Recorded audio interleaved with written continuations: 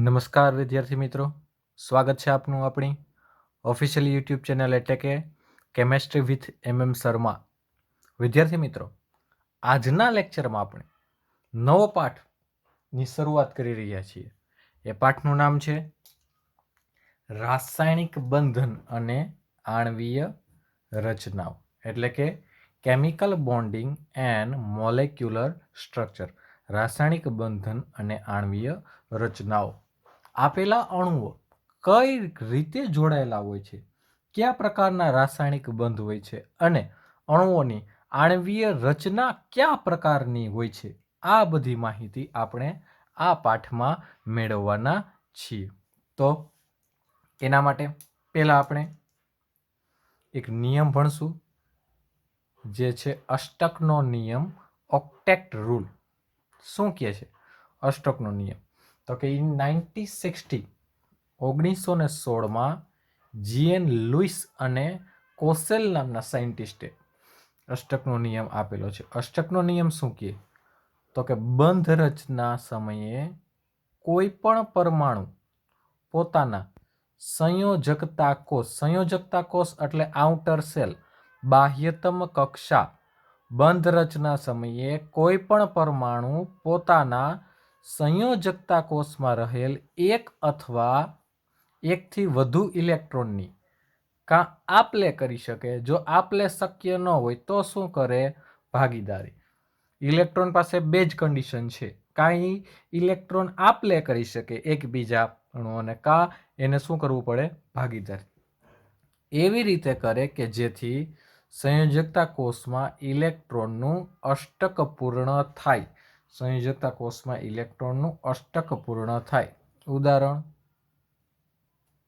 હું એમ કહું એને, તો 281 Cl, તો 287, કારણ કે એટોમિક નંબર 11, એનો એટોમિક નંબર 17. હવે આ એક દાન આપે તો જ અહીંયા અષ્ટક રચના પૂર્ણ થાય. આ એક દાન સ્વીકારે તો જ અહીંયા અષ્ટક રચના પૂર્ણ થાય અને તો જ NaCl બને. તો આને અષ્ટકનો નિયમ કહે છે. એના પછી ખૂબ જ અગત્યનું, જેના MCQ જીનીટમાં પણ પૂછાઈ શકે એવું, લુઈસ સ્ટ્રક્ચર એટલે કે ડોટ સિસ્ટમ કોને કહેવાય? તો કોઈ પણ પરમાણુમાં રહેલ સંયોજકતા ઇલેક્ટ્રોનને તે પરમાણુની આસપાસ ડોટ વડે દર્શાવવામાં આવે. તેની સંયોજકતાને ડોટ વડે દર્શાવવામાં આવે તો મળતા બંધારણને કેવું કહેવાય? મળતા બંધારણને લુઈસ બંધારણ કહે છે. જોઈએ સોડિયમની ઇલેક્ટ્રોન રચના, તો કે 1s2 2s2 2p6 3s1. તો સંયોજકતા Na+1 એટલે એના ઉપર એક ડોટ બતાવવાનું. હવે બીજા ઉદાહરણો આપ્યા છે, જોઈએ. નાઇટ્રોજન, તો કે નાઇટ્રોજનની ઇલેક્ટ્રોન રચના 1s2 2s2 2p3. તો એના માટે સંયોજકતા ઇલેક્ટ્રોનમાં તો કે 5 રહેલા છે.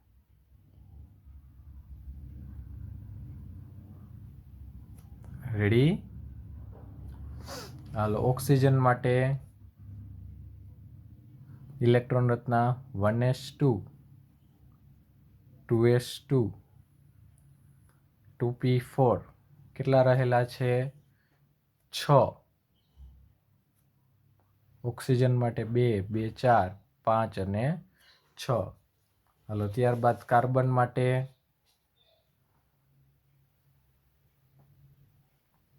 (1s2 2s2 2p2). તો કાર્બન માટે 4. ઓકે. હાલો, એના પછી Mg, સીધું જ લખ નાખું છું, Ne3s2. હાલો તો 2. હાલો એલ્યુમિનિયમ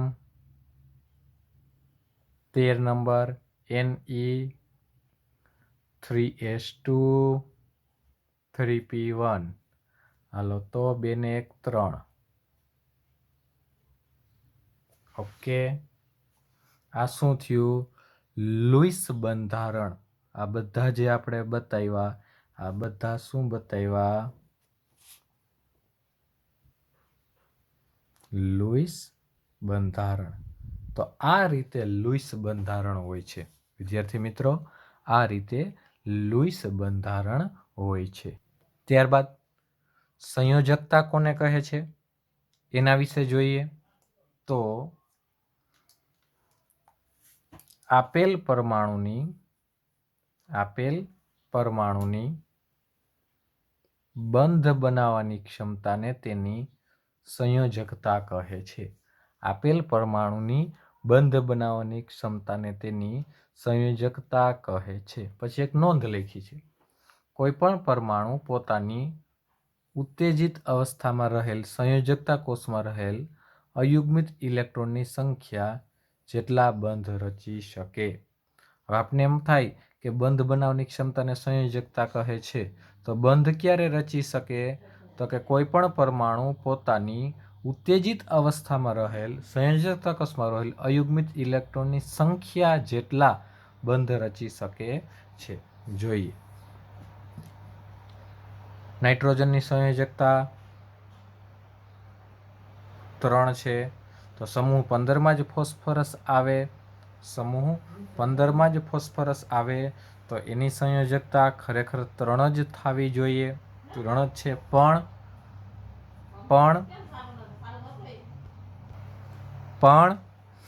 ફોસ્ફરસની ઉત્તેજિત અવસ્થાની વાત કરીએ ત્યારે તો કે ફોસ્ફરસની ઇલેક્ટ્રોન રચના Ne3S2 3P3.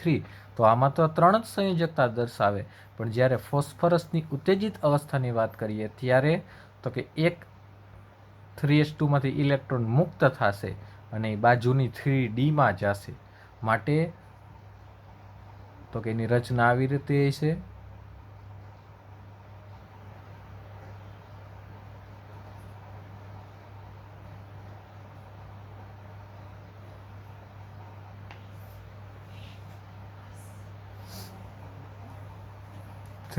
માં 1 ઇલેક્ટ્રોન,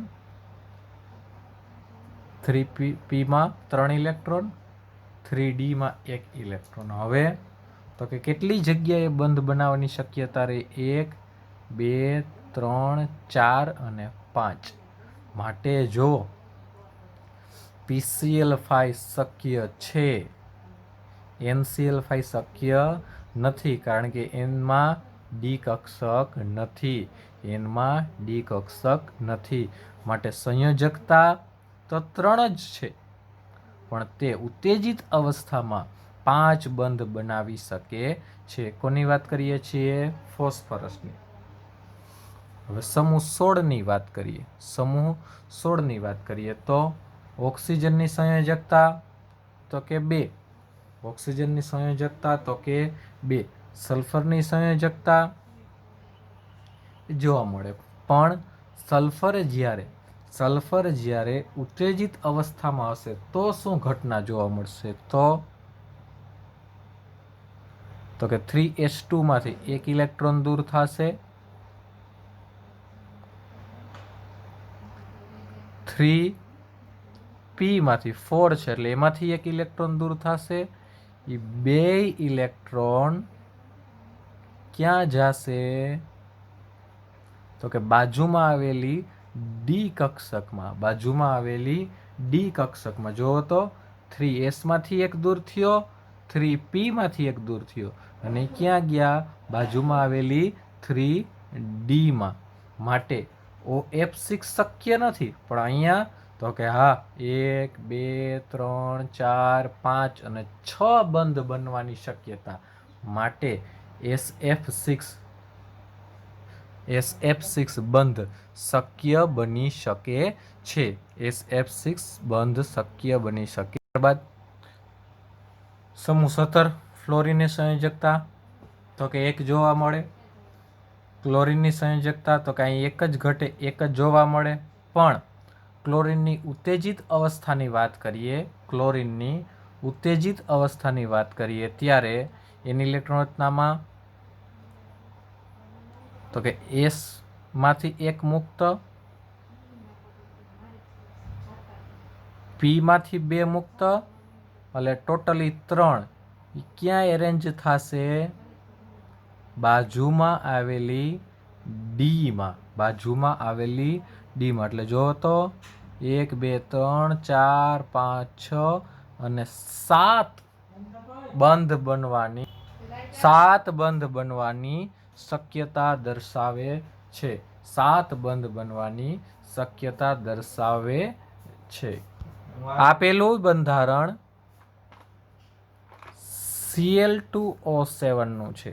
આપેલું બંધારણ Cl2O7 નું છે।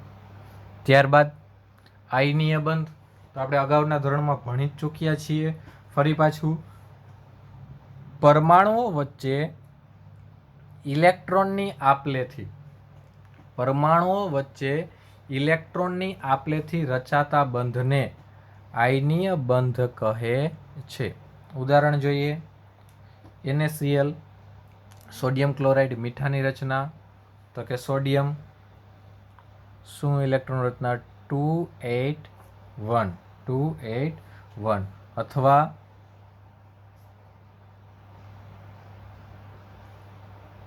(3s1) અથવા 3s1। ઓકે, હવે Na પ્લસ બને તો 28 અથવા 10 એટલે 2s2 2p6, 2s2 2p6। Chlorine શું હશે? 3s2 3p5, 1 ઇલેક્ટ્રોન મેળવે તો 3s2 3p6 શું બની જાય? 3s2 3p6। હવે Na પ્લસ અહીંથી લઈ લ્યો, આ Cl માઇનસ બે જોડાઈને શું બને? NaCl, sodium chloride. Na નું લૂઇસ સ્ટ્રક્ચર આવું થાય, Cl નું લૂઇસ ડોટ સ્ટ્રક્ચર આવું જોવા મળશે। હવે એના પછી MgF2 ની રચના વિચારીએ, એના પછી MgF2 ની રચના વિચારીએ તો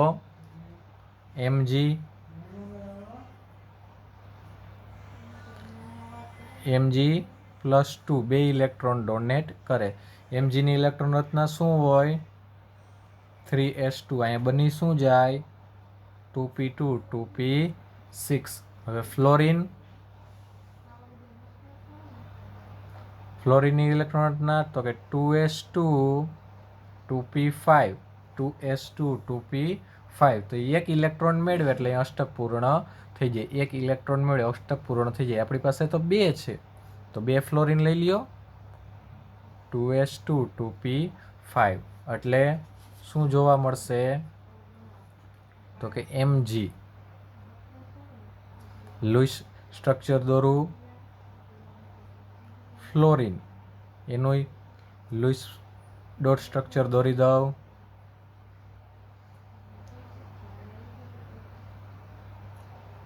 બેને એક એક આપી દેશે, આ રીતે જોડાઈ જશે। યસ, આ રીતે જોડાઈ જશે। અહીં શું કરે? બે ઇલેક્ટ્રોન મેળવીને ઋણાયન બની જાય, એટલે સ્ટ્રક્ચર શું બની જશે? MgF2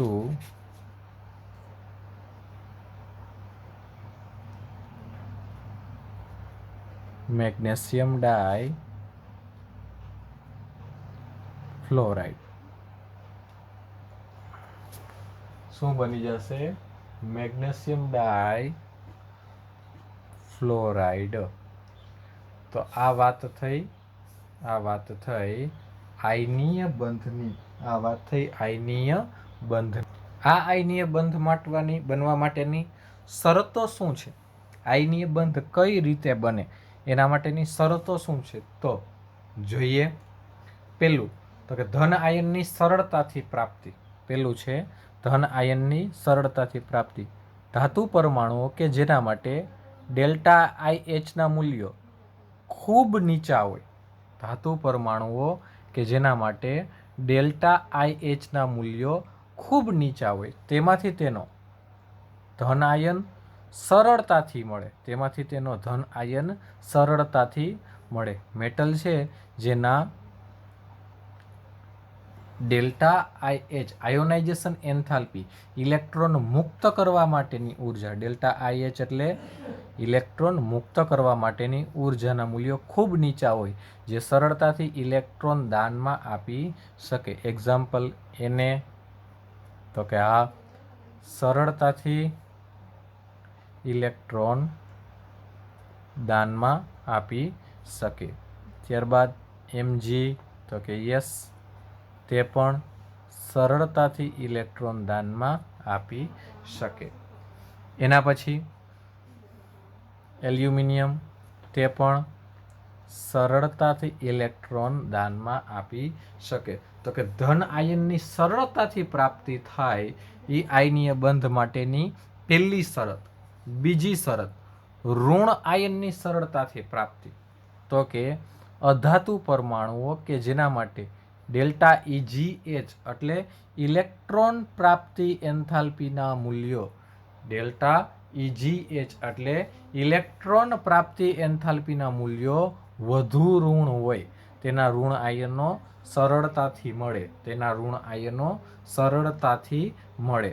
ઉદાહરણ ફ્લોરિન, તો કે સરળતાથી ઇલેક્ટ્રોન મેળવી ઋણ આયન બનાવે. ક્લોરિન સરળતાથી ઇલેક્ટ્રોન મેળવી ઋણ આયન બનાવે. માટે એક નોંધ લખી છે શું તો કે સામાન્ય રીતે ધાતુ અને અધાતુ તત્વો વચ્ચે આયનીય બંધની શક્યતા રહેલી છે કારણ કે ધાતુ સરળતાથી ઇલેક્ટ્રોન દાન આપી શકે અને અધાતુ તત્વો સરળતાથી ઇલેક્ટ્રોન દાન મેળવી શકે.